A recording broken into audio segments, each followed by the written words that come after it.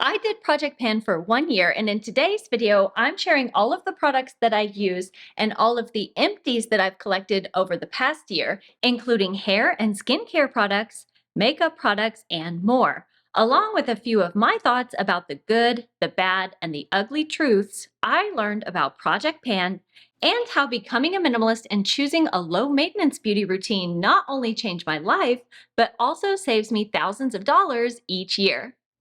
Hi there, friend, and welcome back to my channel. My name is Marissa, and this is A to Zen Life, where we talk about the A to Z of simplifying your way to a happier, richer, and better life. So if you're interested in topics such as decluttering, minimalism, simple living, and saving money, be sure and give this video a like and subscribe if you haven't already. And before we dive in, I just want to share all of the timestamps for the topics that I'm going to touch on in today's video in case you want to jump around.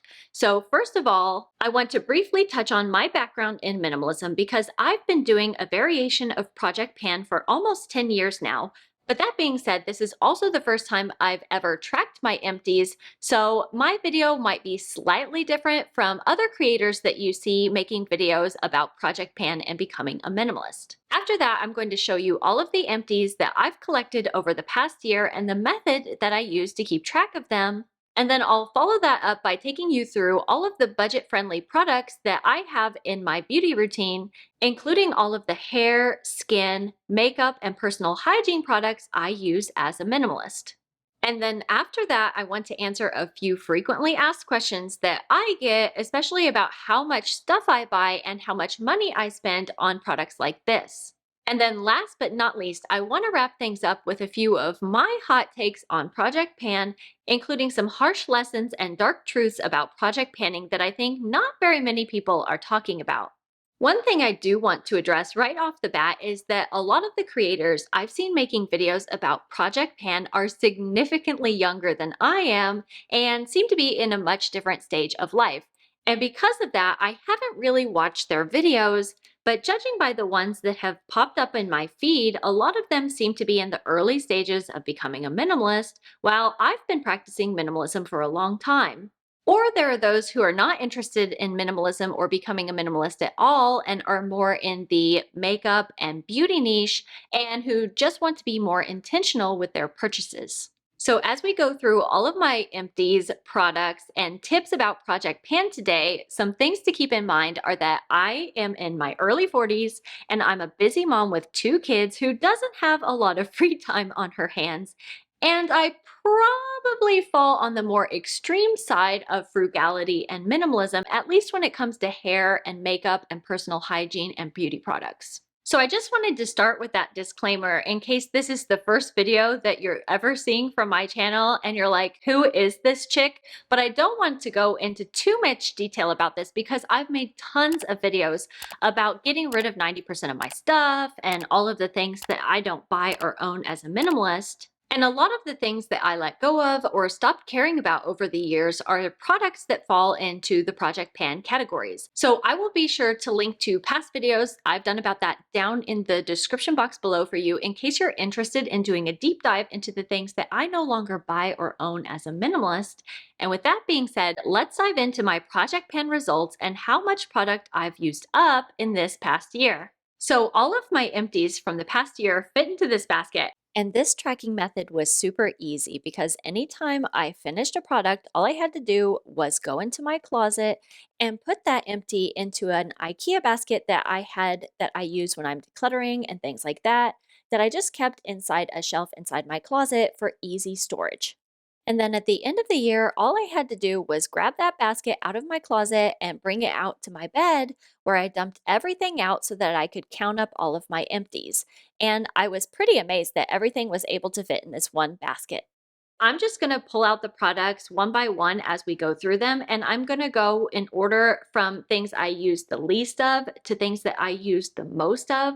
starting with the first one, which is Cetaphil. So Cetaphil is the moisturizer that our entire family uses, and this is something that we've been using since my oldest son was a toddler, so around probably 10 years ago or so, because he had allergies, he had eczema when he was little, and the allergist recommended this for his skin. And then after that, we just all liked it so much that we just kept using it throughout all of the years. So as far as Cetaphil, this is something that we buy from Costco. I think it comes in a box with two, one bigger this size and one that's smaller.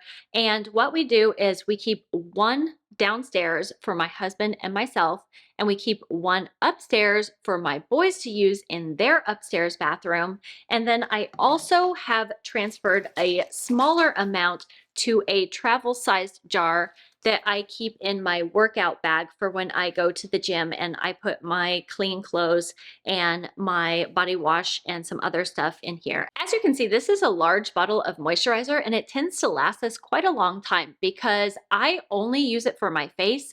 Even in the winter when it's really, really dry, I will probably just put it on my hands. Right now they're cracking. That's why I'm laughing. Let me see if I can show you the cracks.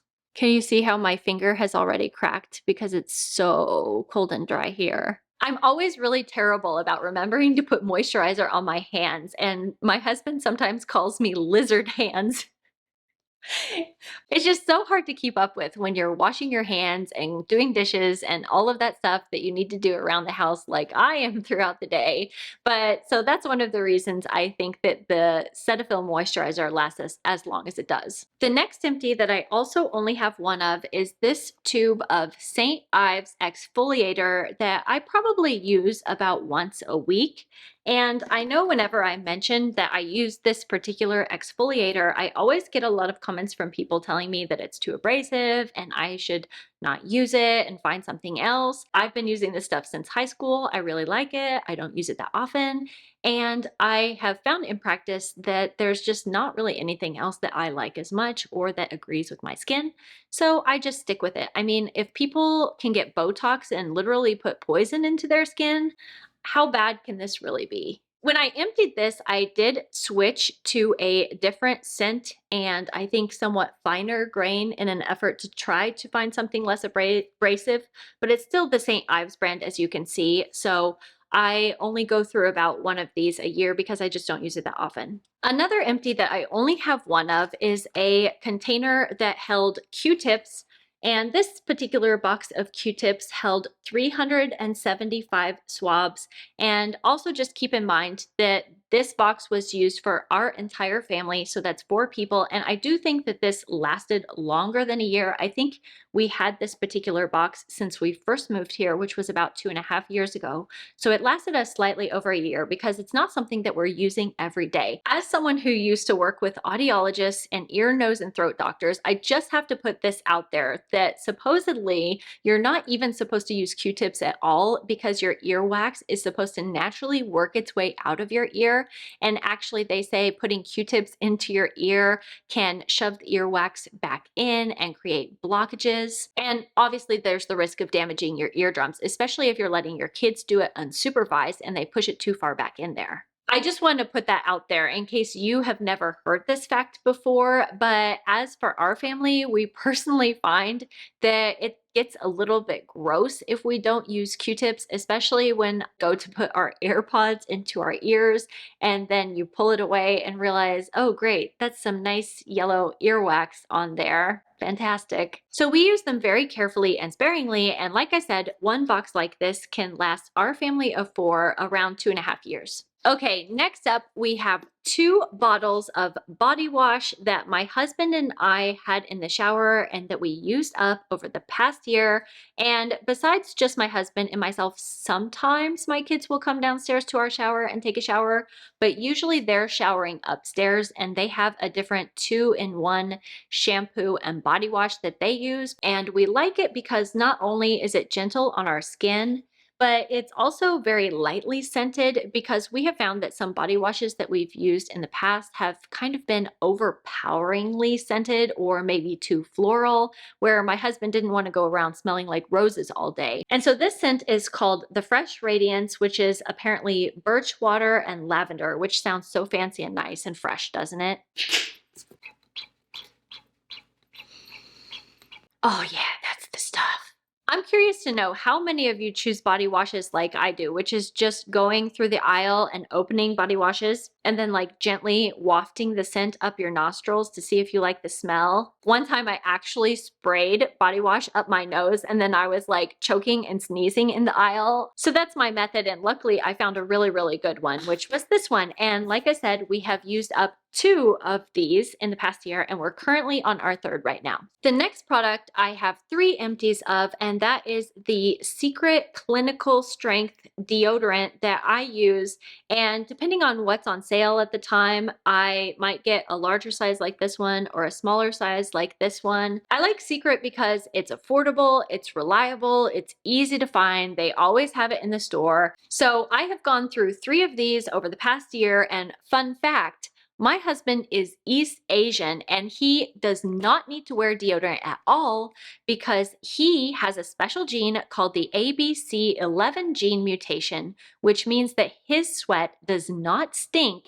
And so he has never, ever, ever in his entire life had to wear deodorant, which is crazy. I didn't know about this until I met my husband, but apparently this is really common in East Asians, and they say up to 85% of them don't need to wear deodorant because of this gene mutation, and none of my in-laws need to wear deodorant, and I am so, so jealous. I can't get a hold on these bottles. Oh God. Next up, we have 5 containers of shampoo and conditioner. And as you can see, we use the Garnier Fructis brand, and I have fine and straight and very, very flat hair. Over the years, I've realized there's not really that many products that are effective on my hair, so it doesn't really matter what I use. I honestly can't really see a huge difference in my hair when I use this, but then honestly, I don't really see it with any product whatsoever. So I just use this because I like the smell. It seems to do a good job cleaning my hair. My hair feels good when I use it. And my husband also uses it occasionally, although he does have some of his own products. He will rotate through them and sometimes use mine as well. One thing I would like to point out is that there are more shampoo bottles than there are conditioner bottles, and that is because I only use conditioner in the winter. I don't use it at all during the summer months. So I tend to use more shampoo and not as much conditioner. And while I'm on the topic of shampoo and conditioner, I thought I might just also mention that I don't use any hairsprays or gels or any kind of paste or any mousses to volumize my hair at all either, because like I said, it doesn't make a huge difference from my hair, and I haven't had a problem eliminating that step from my hair care routine. Next up, we have 5 makeup products that I emptied throughout the year. And first of all, I thought I'd talk about this green ELF color corrector. So I actually used this product up early in my no-buy year this year, but I ultimately decided not to replace it because I felt that it was an unnecessary product and a step that could be eliminated in my makeup routine. Sometimes I get some redness in my face, and this color corrector is supposed to remove the redness, but like I said, I just found it was an extra step that wasn't really necessary and didn't really do enough, so I eliminated the need for this altogether. The next product is the L'Oreal Infallible 24-Hour Full Wear Color Corrector. And I also want to make a note that the color of this is color 330, which is ivory, but I actually switched to a different color when I needed to replace it, which I'll talk about a little bit later. Honestly, I get compliments on my skin all the time on my channel, and I have to say, it makes me have a serious case of imposter syndrome because my skin is not good at all, and I have to use this along with my foundation to try to cover up all the sun damage that I've done over the years from working in tanning salons pretty much through my entire teens and early 20s, and I would take advantage of the free tanning. And then even before that, my aunt had a pool when I was was growing up, and when we would be sitting out next to the pool, we would be slathering like coconut oil and body oil on our skin to try to get as dark as possible. And I was doing that from a very, very young age. So because of that, I've actually done a lot of damage to my skin. And if you look closely, you can see that I have tons of dark sunspots that have discolored my skin over the years from all of the sun damage that I've done. So I'm begging you, if you're a younger woman watching this video, or even if you're an older woman who has never taken care of their skin, please, please, please take it from me and start using sunscreens. And I always put on a big sun hat whenever I go out walking around in the sun or going to do work in the garden, because I've done so much damage to my skin over the years and I don't want it to get any worse than it already is. Okay, so after the concealer, what I use on my skin is also from L'Oreal, and it's the L'Oreal Infallible 24-Hour Fresh Wear Foundation with 25 SPF. And the color of foundation that I emptied was 405 Porcelain, but I also ended up switching to a different color once I'd emptied this one, which again, I will talk about later. After I have my concealer and foundation on, I used this Revlon Color Stay pressed powder, and I hit pan with this, but I actually left a little product behind here so that I could show you what I do when I hit pan. So let me go into the bathroom and show you what I do. So as you can see here, I have my makeup tools and I have this larger kabuki brush that came in the same set. And what I'll do is when it gets really low is I'll take the pressed powder and I'll just use the tip of one of my brushes to kind of crunch up this into a fine powder. It's hard for me to do because I'm videotaping as I do this right now, but you can see that it creates kind of this really fine powder here. And then what I'll do is I'll just take my kabuki brush and dip it into that and put it on my face. And that way I can get more lifespan out of my products. And then finally, as far as makeup empties, the last one I have is this Maybelline Lash Sensational Full Fan Effect Mascara in color black. And honestly, out of all of my makeup products, this is probably the one that I use the most because most days I'm not going to be putting on a full face of makeup unless I'm doing a YouTube video. But mascara is one of those things I like wearing every day because I feel like it brightens up my face and makes me look less tired and more awake. And just as a side note, I think that this might also be due to the fact that I have somewhat hooded eyes, which have just gotten more hooded and droopy the older I've gotten. And so I feel like mascara is an easy way to kind of open up my eyes and make me look younger and more alert. Now, besides these 5 empties in the makeup category, I do have other makeup products that I use, but I didn't empty them out this year, but I will share them with you a little bit later in the video. But going back to the empties, we are now more in the personal hygiene product category. And I wanted to say that I have 15 tubes of toothpaste that we emptied out this year, as well as 3 packs of floss, one of which was brought from Germany, one of which we got free from the dentist, and one of which is our favorite floss, the Gum brand. While my kids do have their own toothpaste upstairs in their own bathroom, sometimes Dee will come downstairs and he will also brush his teeth in our bathroom. So the tubes of toothpaste that we have emptied not only include me and my husband's usage, but also occasionally my youngest son. And then last on the list, we have 15 boxes of empties for my daily contacts usage, which I use the AccuView Moist brand, and they are one-day contacts. Contacts by far are my most expensive category on this list, and in fact, I am almost out of the contacts that I have, which was a 1-year supply, and so I just placed an order to replace them, and that order cost me over $600 for my 1-year supply of daily contacts.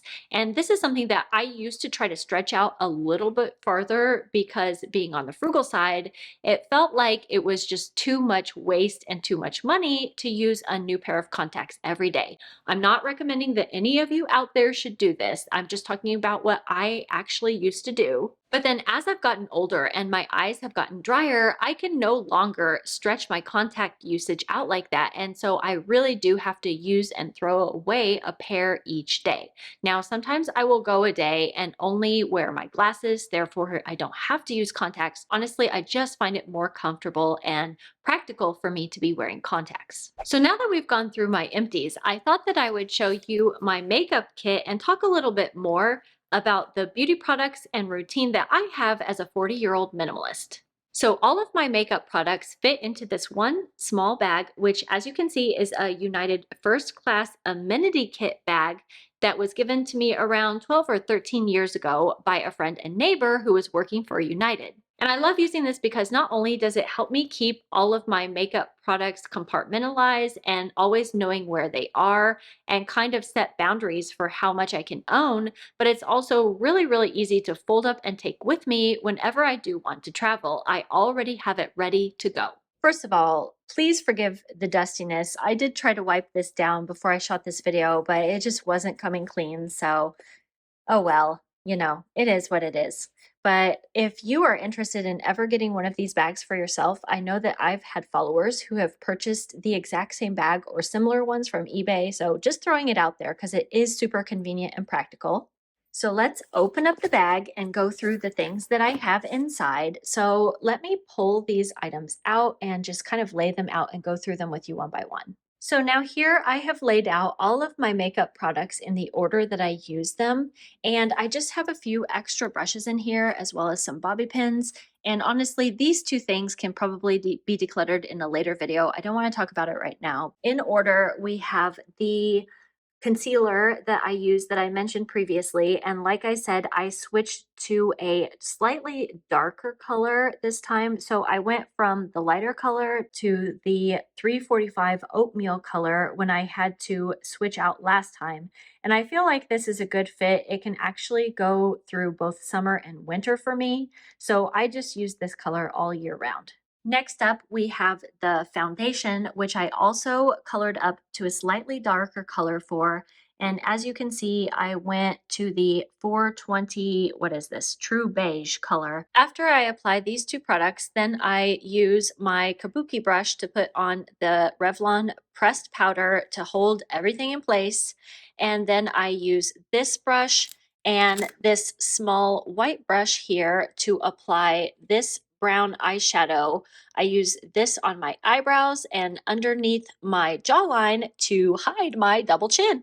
And then finally, I finish it all up with a nice coat of mascara or two, and then my makeup is good to go. And then besides the products that I've already mentioned, here are a few other things that I use. So first of all, we have some sunscreen, and this is a sunscreen that we picked up in Germany, and it is one of the few sunscreens that works well on my kid's skin, and I will occasionally use it too. Then as far as face wash, I get a big bottle of this, and then I have a smaller bottle that I just put the liquid into, and I keep refilling that as I use it up. And I think that I ordered this right when we moved back to the USA. So this has now been here for 2.5 years, and it still has quite a bit of product left inside of it. And then I have my contact solution, and then I use Aquaphor for my lips, and I get a big jar, and then I fill a small container, and I carry this around with me when I have to leave the home so that I can moisturize my lips. And then besides that, the only other thing I guess I use are some face wax to wax my mustache. I remember walking in on my grandma one day with an electric razor, just going like this. And I was like, Grandma, what are you doing? And she was like, Oh, honey, I'm just shaving my whiskers. So thank you, Grandma, for the lovely mustache.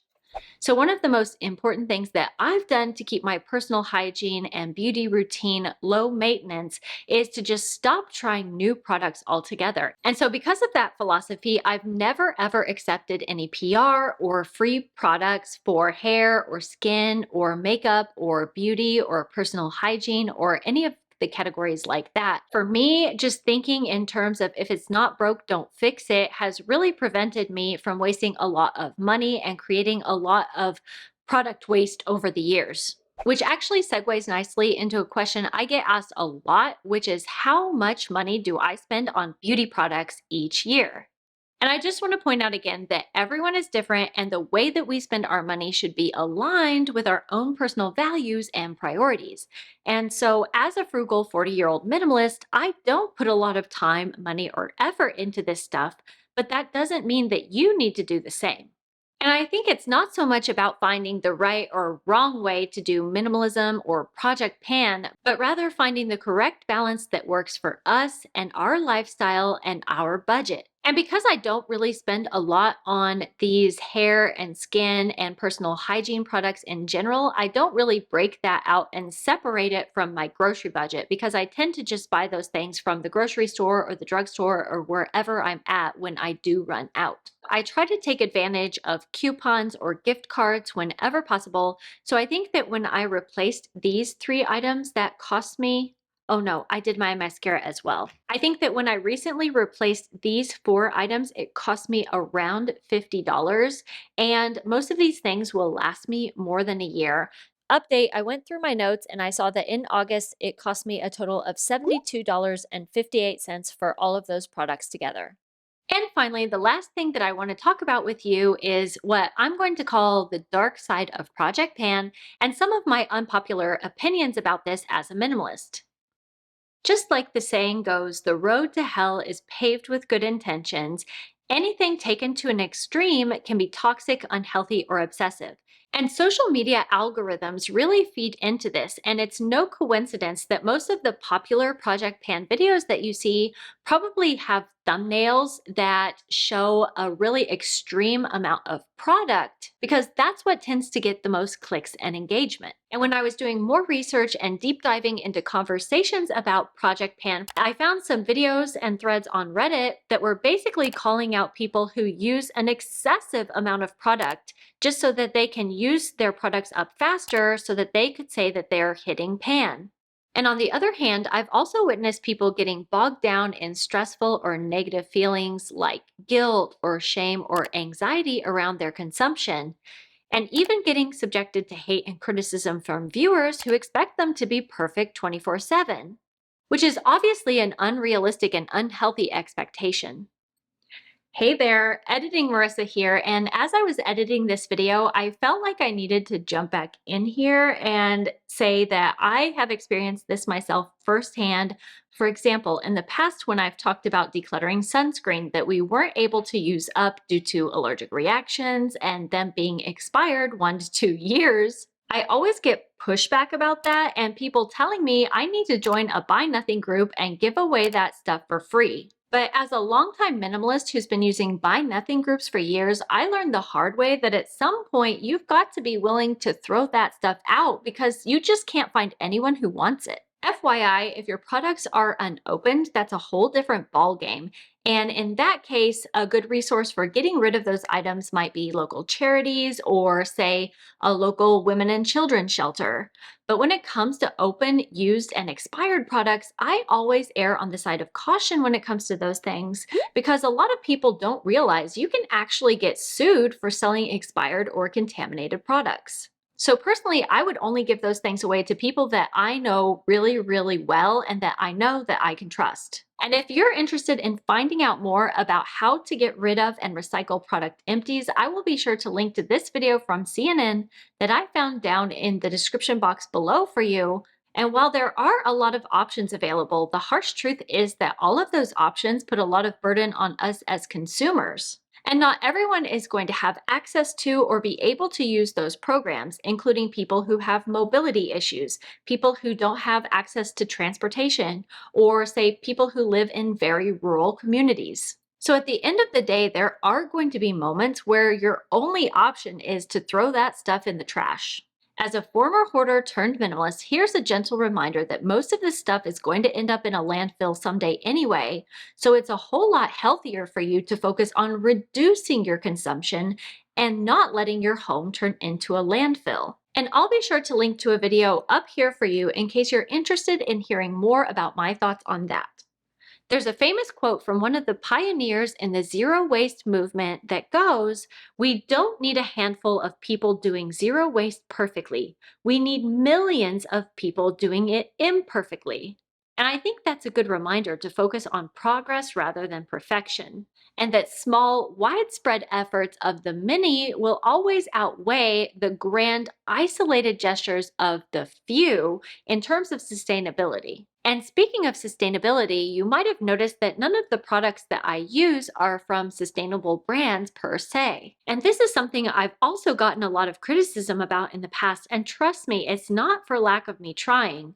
But unfortunately, every single sustainable product I paid out of pocket to try in the past was either not as good as my regular products or even terrible or unusable. So I got sick and tired of trying new products, getting disappointed, and then having them go to waste over and over again. So as a rule, I just stick to what I like and the products that work well for me and my family. And if you want to hear more minimalist rules that have helped me change my life or tips on how to spend less and save more, be sure and go check out one of these videos that YouTube thinks that you'll like, or I'll see you next week. Until then, take care. Bye bye.